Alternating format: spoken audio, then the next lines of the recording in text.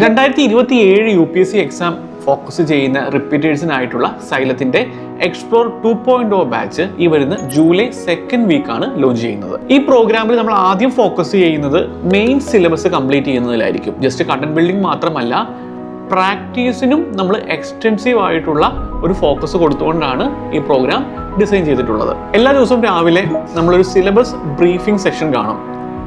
UPSCയുടെ മെയിൻസിന്റെ syllabus എടുത്തിട്ട് അതിൽ ഓരോ ടോപ്പിക്കും എടുത്തിട്ട് ഏതൊക്കെ ആസ്പെക്റ്റിൽ ചോദ്യങ്ങൾ ചോദിക്കാം, ഏതൊക്കെ ഏരിയാസ് ആണ് നമ്മൾ ഫോക്കസ് ചെയ്യേണ്ടതെന്നുള്ളത് ഡീറ്റെയിൽഡ് ആയിട്ട് നിങ്ങൾക്ക് പറഞ്ഞു തരും. ഇപ്പോൾ ഉദാഹരണത്തിന് ജുഡീഷ്യറി എന്നൊരു ടോപ്പിക് എടുക്കുകയാണെങ്കിൽ judicial pendency, judicial activism, judicial independence, അങ്ങനെ ഒരു 4-5 ടോപ്പിക്കുകൾ മാത്രമേ ഉള്ളൂ UPSCയുടെ മെയിൻസ് പോയിന്റ് ഓഫ് വ്യൂവിൽ ചോദ്യമായിട്ട് വരാൻ സാധ്യതയുള്ളത്.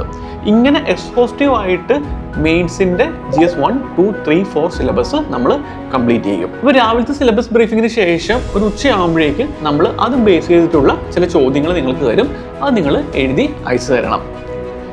ഓരോ കുട്ടിക്കും ഈ ആൻസേഴ്സ് ബേസ് ചെയ്തിട്ടുള്ള ഇൻഡിവിജ്വൽ ഫീഡ്ബാക്ക് നമ്മുടെ മെന്റേഴ്സ് പ്രൊവൈഡ് ചെയ്യും. ഈ ഡെയിലി ടെസ്റ്റുകൾ കൂടാതെ വീക്ക്ലി ടെസ്റ്റുകൾ കാണും. അതുപോലെ തന്നെ സെഷണൽ ടെസ്റ്റ്, ഫുൾ ടെസ്റ്റ് എല്ലാം കംപ്രൈസ് ചെയ്യുന്നതായിരിക്കും ഈ മെയിൻസ് പ്രോഗ്രാം എന്ന് പറയുന്നത്. അപ്പോൾ ഇങ്ങനെ മെയിൻസ് നമ്മൾ ഫോക്കസ് ചെയ്യാൻ പോകുന്നത് അറൗണ്ട് നവംബർ വരെ ആയിരിക്കും. അതിനുശേഷം നമ്മൾ ഇതുപോലെ തന്നെ രാവിലെ നമ്മൾ പ്രിലിംസിന്റെ ക്വസ്റ്റ്യൻസ് വരും. അതിൻ്റെ ഡിസ്കഷൻ സെഷൻസ് ഈവനിങ് കണ്ടക്ട് ചെയ്യും. അതുപോലെ തന്നെ വീക്ക്ലി ടെസ്റ്റുകൾക്ക് ഓരോ കുട്ടിക്കും ഇൻഡിവിജ്വൽ ഫീഡ്ബാക്കും പ്രൊവൈഡ് ചെയ്യും. ഇനി ഇത് കൂടാതെ UPSCയുടെ പ്രിലിംസിനും മെയിൻസിനും ഒക്കെ ഇമ്പോർട്ടൻ്റ് ആയിട്ടൊരു കാര്യം എന്ന് പറഞ്ഞു കഴിഞ്ഞാൽ കൺസെപ്ച്വൽ ക്ലാരിറ്റി ആണ്. ഇമ്പോർട്ടൻ്റ് ആയിട്ടുള്ള ഏരിയാസിൽ, അതായത് geography, polity, economics, history, CSAT, ഈ 5 സബ്ജക്ട്സിനും എക്സ്പോസ്റ്റീവ് ആയിട്ടുള്ള എൻ്റെ സിലബസ് കവർ ചെയ്യുന്ന റെക്കോർഡ് ക്ലാസ്സസ് നമ്മൾ പ്രൊവൈഡ് ചെയ്യും.